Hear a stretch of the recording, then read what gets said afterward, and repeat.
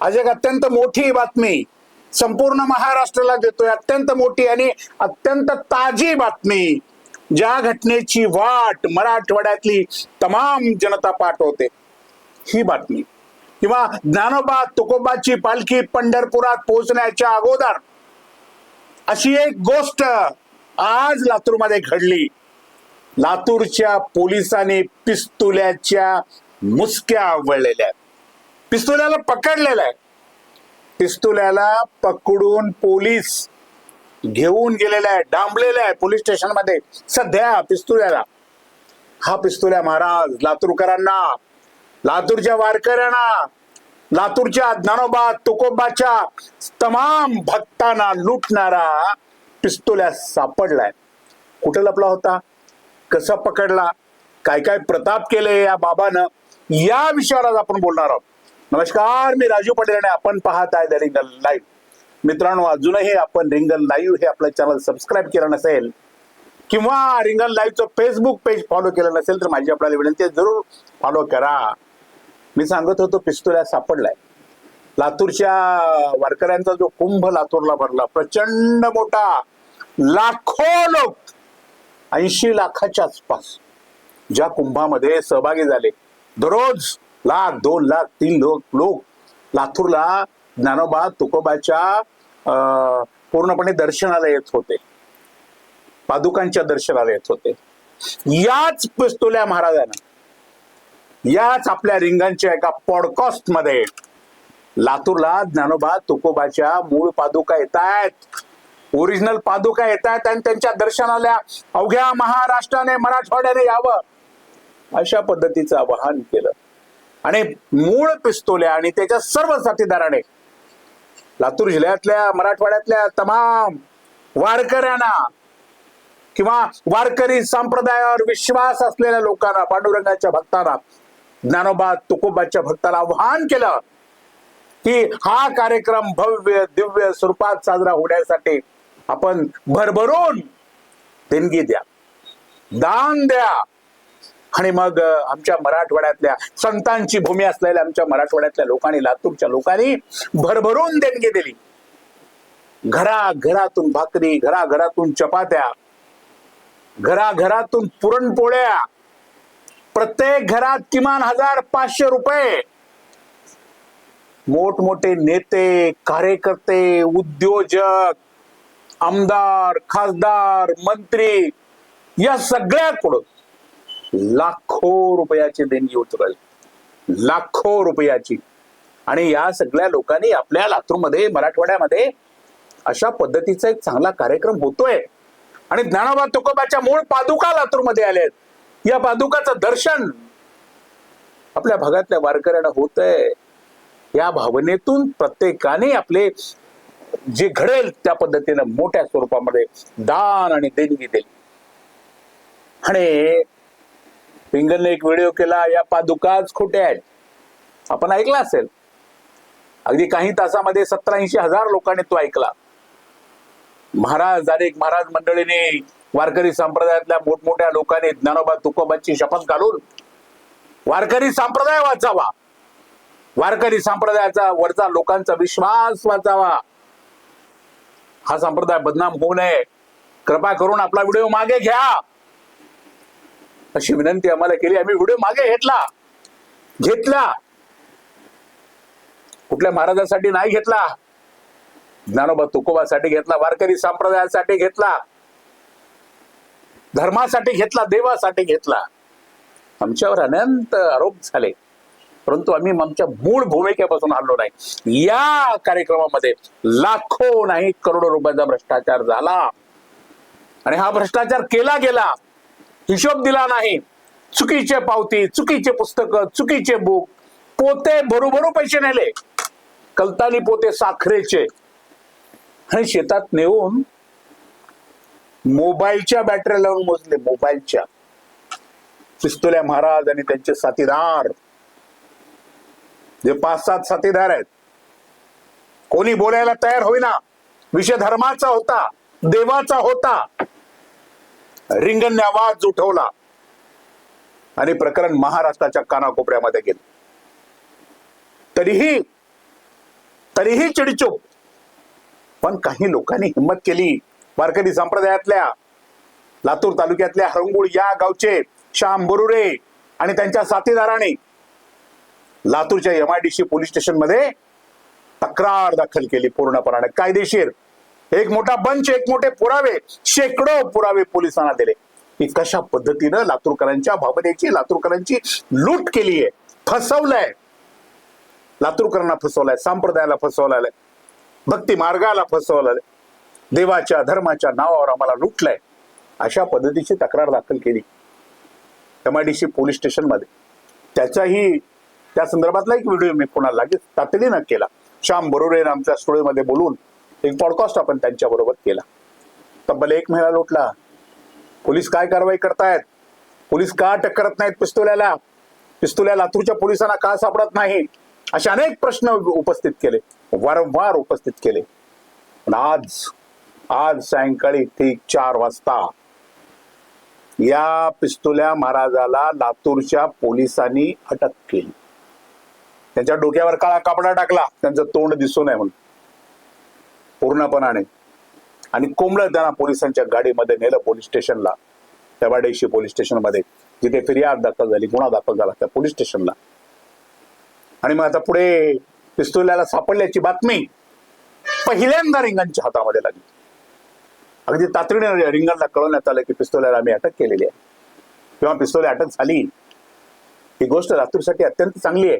त्याने गुन्हा केला, त्याला योग्य शिक्षा झाली पाहिजे भविष्यामध्ये. केवळ अटक करून त्याला कोर्टापुढे हजर करून तो जामिनावर सुटेल अशी व्यवस्था करून नाही चालणार. जर तो सुटला तर लोकांच्या मनामध्ये पुन्हा काही प्रश्नचिन्ह निर्माण होतील, काही पुन्हा प्रश्न निर्माण होतील. तरच पोलिसांनी काळजीपूर्वक आपला चार्जशीट दाखल केला पाहिजे.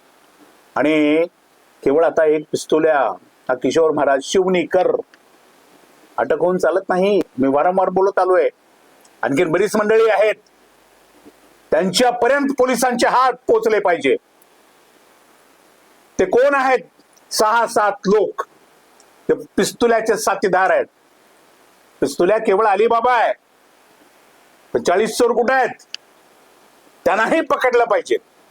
त्यांच्याही मुसक्या पोलिसांनी आवळल्या पाहिजेत. ही लातूरकरांची मागणी आहे, ही लातूरकरांची भावना आहे. बघणार आहोत आपण कशा पद्धतीनं पुढची कारवाई होते. परंतु पिस्तुल्या नेमका कुठं कुठं फिरला? का सापडत नव्हता पोलिसांना? काही दिवस आळंदीत राहिला, काही दिवस पुण्याच्या काही हॉटेलवर राहिला, चांगल्या मोठ्या हॉटेलमध्ये पुण्याच्या राहिला. त्यानंतर तो मध्य प्रदेशात गेल्याच्या बातम्या आल्या, त्यानंतर तो गुजरातमध्ये गेल्याच्या बातम्या आल्या, त्यानंतर तो लातूरमध्ये गुपचूप आला आणि गेला अशाही बातम्या आल्या. परंतु पुरावे आपल्या हातात नव्हते, त्यामुळे आम्ही बोललो नाही. परंतु आज पिस्तुल्याला जेव्हा अटक केली तेव्हा त्यांनी खरेदी केलेल्या नव्या, म्हणजे वारकऱ्याचा कुंभ झाल्यानंतर जो 1.5 कोटी रुपयाचा बंगला आसपास लातूरमध्ये जो खरेदी केला या किशोर शिवनीकरनं, या पिस्तुल्या महाराजांना, त्या बंगल्यामध्ये तो लपून बसला होता आणि बाहेरून कुलूप लावलं होतं. आरामात होता आपल्या बंगल्यामध्ये, लातूरमध्येच. ही कुणकुण पोलिसांना लागल्यानंतर पोलिसांनी या बंगल्यावर छापा टाकून पिस्तुल्याला आज अटक केलेली आहे. आता त्यानंतर त्याची काय चौकशी होईल? तो कुठं कुठं फिरला, पैसे कुठे आहेत, ते कोणाकोणाला दिले, कुठं कुठं कशा पद्धतीने त्या पैशाचा वापर केला, या सगळ्या गुन्ह्यामध्ये कोणत्या गाड्या वापरल्या, कोणते हॉटेल वापरले, कोणते मित्र सोबतीला घेतले, या सगळ्या गोष्टीची चौकशी अजून व्हायची बाकी आहे. कशा पद्धतीने ही चौकशी होते याकडे लातूरचं नाही महाराष्ट्राचं लक्ष लागून राहिलं आहे. कारण संप्रदायामध्ये अशी चोरी, तेही वारकरी संप्रदायामध्ये, ज्ञानोबा तुकोबाच्या संप्रदायामध्ये अशा पद्धतीची चोरी महाराष्ट्र सहन करणार नाही कुठल्याही किमतीमध्ये. लातूरचे वारकरी सहन करणार नाहीत, लातूरचे भक्त भाविक सहन करणार नाहीत. प्रत्येक अगदी छोट्या बालकापासून ते म्हाताऱ्या माणसापर्यंत प्रत्येकाची इच्छा आहे या पिस्तुल्याला आणि त्याच्या साथीदाराला गंभीर स्वरूपाची शिक्षा झाली पाहिजे. कारण गुन्हाच तेवढा गंभीर आहे. हो, त्या पादुका, ज्या पादुका लातूरमध्ये आणल्या होत्या, काही सांगितलं गेलं की त्या काय प्रासादिक पादुका आहेत, उत्सव पादुका अनेक अनेक गोष्टी शब्दप्रयोग केले, पुन्हा फिरवा फिरवी केली उत्सव, परंतु पादुका हेलिकॉप्टर मधून आणल्या, इव्हेंट केला हेलिकॉप्टर मधून पादुका लातूरमध्ये आणण्यात. लोकांना वाटलं ज्ञानोबा तुकोबा, अरे ज्या ज्ञानोबा तुकोबाला भेटण्यासाठी आमचा वारकरी तळमळतो, त्या ज्ञानोबा तुकोबाच्या मूळ पादुका जर आमच्या लातूरमध्ये येत असतील, मराठवाड्यात येत असतील, किती भाग्यशाली होतात. काय आनंद, काय उत्साह, स्वर्गीय सुखात आम्ही त्या पादुकाचं स्वागत केलं, त्या हेलिकॉप्टरचं स्वागत केलं, फुलं उधळली, टाळ्यांचा कडकडाट केला, ज्ञानोबा तुकोबाचा जयघोष केला. आमची भूमी किती पवित्र आहे, आम्ही किती भाग्यशाली आहोत, अशी भावना आमची झाली. परंतु या पादुका आहे, मूळ पादुका नाही, या पादुकाच मुळात डुप्लिकेट आहेत, त्याचंही बिंग फुटलं. आणि उत्सवामधली प्रत्येक गोष्ट संशयास्पद, पत्रकारांना प्रवेश नाही, दुसऱ्या कॅमेऱ्याला प्रवेश नाही. तेव्हाच माझ्या लक्षात आलं कुछ तो गडबड है. का प्रवेश नाही पत्रकारांना, का प्रवेश नाही इतर कॅमेऱ्यांना? हा उत्सव एका ठराविक व्यक्तीच्या चॅनल वरूनच कसा काय लाईव्ह होतो, इतरांना ती संधी का दिली जात नाही? असे अनेक प्रश्न निर्माण झाले. तेव्हा काही गडबड आहे त्याची पूर्णपणाने खात्री पटलेली आहे. आता काय घडतंय पुढे, मी रोज बोलत राहणार आहे या विषयावर, अपडेट आपल्याला देतच राहणार आहे. आता याला उद्या न्यायालयामध्ये हजर केलं जाईल. मग आता या पिस्तुल्याचे वकीलपत्र घेण्यासाठी लातूरचे कोण कोण वकील पुढे येणार आहेत, हाही मोठा प्रश्न आहे. कारण आता देशामध्ये एक वारंवार आहे सध्या, जो चोरी करतो, पाप करतो, त्याचं वकीलपत्र सुद्धा घ्यायचं नाही, असे निर्णय अनेक ठिकाणी वकील मंडळी घेत आहेत, अधिवक्ता घेत आहेत. अयोध्येच्या प्रकरणामध्ये आपण अयोध्येच्या वकिलांचा निर्णय ऐकला असेल. चंपतराय मंडळीचं वकील पत्र घ्यायचं नाही, असा निर्णय तिथल्या वकिलांनी केलेला आहे. अनेकांनी तिथे अनेक ठिकाणी असं होतंय की देवाधर्मामध्ये किंवा एखाद्या क्षेत्रात क्रूर पद्धतीचं काम करणारा, क्रूर कृत्य करणारा जो लोक असेल त्यांचं वकीलपत्र घ्यायचं नाही, असं वारं आपल्या देशामध्ये वाहत आहे. लातूरमध्ये या पिस्तुल्याचं वकीलपत्र कोण कोण वकील घेणार आहेत आणि कशा पद्धतीने हे पुढे जाणार आहेत यावर मी बोलणार आहे.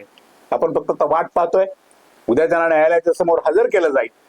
न्यायालयाच्या समोर हजर केल्यानंतर कोण वकील त्यांचं वकीलपत्र घेण्यासाठी पुढे येत आहेत आणि न्यायमूर्ती महोदय पिस्तुल्यांना किती दिवसाची पोलीस कस्टडी देत आहेत त्यावरही आपण सातत्याने बोलणार आहोत. आज लातूर सत्य आणि महाराष्ट्रासाठी एक सुखद बातमी आहे. हा सापडला, गुन्हेगार सापडला. गुन्हेगार सापडल्याचा आनंद आहे आम्हाला. त्याचं कारण आहे, याला शिक्षा झाली पाहिजे. आणि कोट्यावधी रुपये जे 3-3.5 कोटी जे काही रक्कम आहे 5 कोटीपर्यंतची, ती जप्त झाली पाहिजे. आणि ही सगळी रक्कम त्या भंडारा डोंगराला, तुकोबरायचं जिथं लाखो रुपयाचं मंदिर, कोट्यावधी रुपयाचं मंदिर उभं राहत आहे, तिला त्याच डोंगराला ते सगळे पैसे गेले पाहिजे.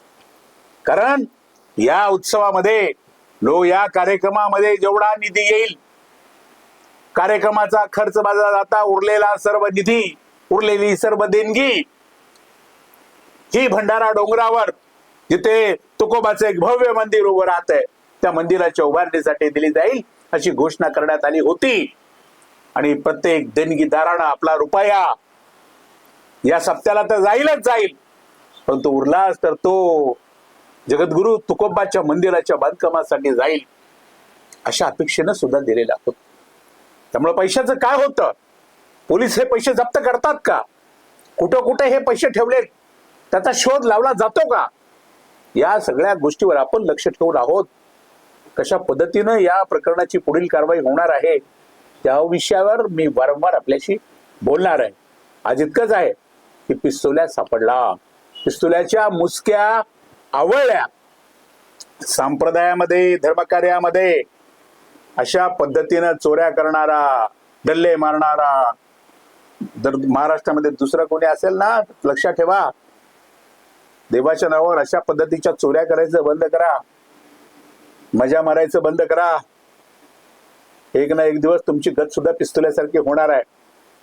ज्या पिस्तुल्याच्या महाराजाच्या गळ्यामध्ये लातूरच्या जिल्ह्यातल्या नाही मराठवाड्यातल्या लोकांनी एक कीर्तनकार म्हणून हार घातले, त्यांची पूजा केली, त्यांच्या पायावर मस्तक ठेवलं. त्या पिस्तुल्याच्या तोंडावर आज काळा कपडा झाकून पोलिसांनी त्याला आपल्या गाडीमध्ये कोंबलेला. हा काळाचा महिमा आहे. ती आवाज न करणारी देवाची लाठी आहे, देवाची काठी आहे. ती काठी आता पिस्तुल्याच्या डोक्यामध्ये बरोबर पडलेली आहे. या विषयात पुढे काय होतं हे सातत्याने ऐकण्यासाठी पाहत राहा रिंगण लाईव्ह, आवाज महाराष्ट्राचा.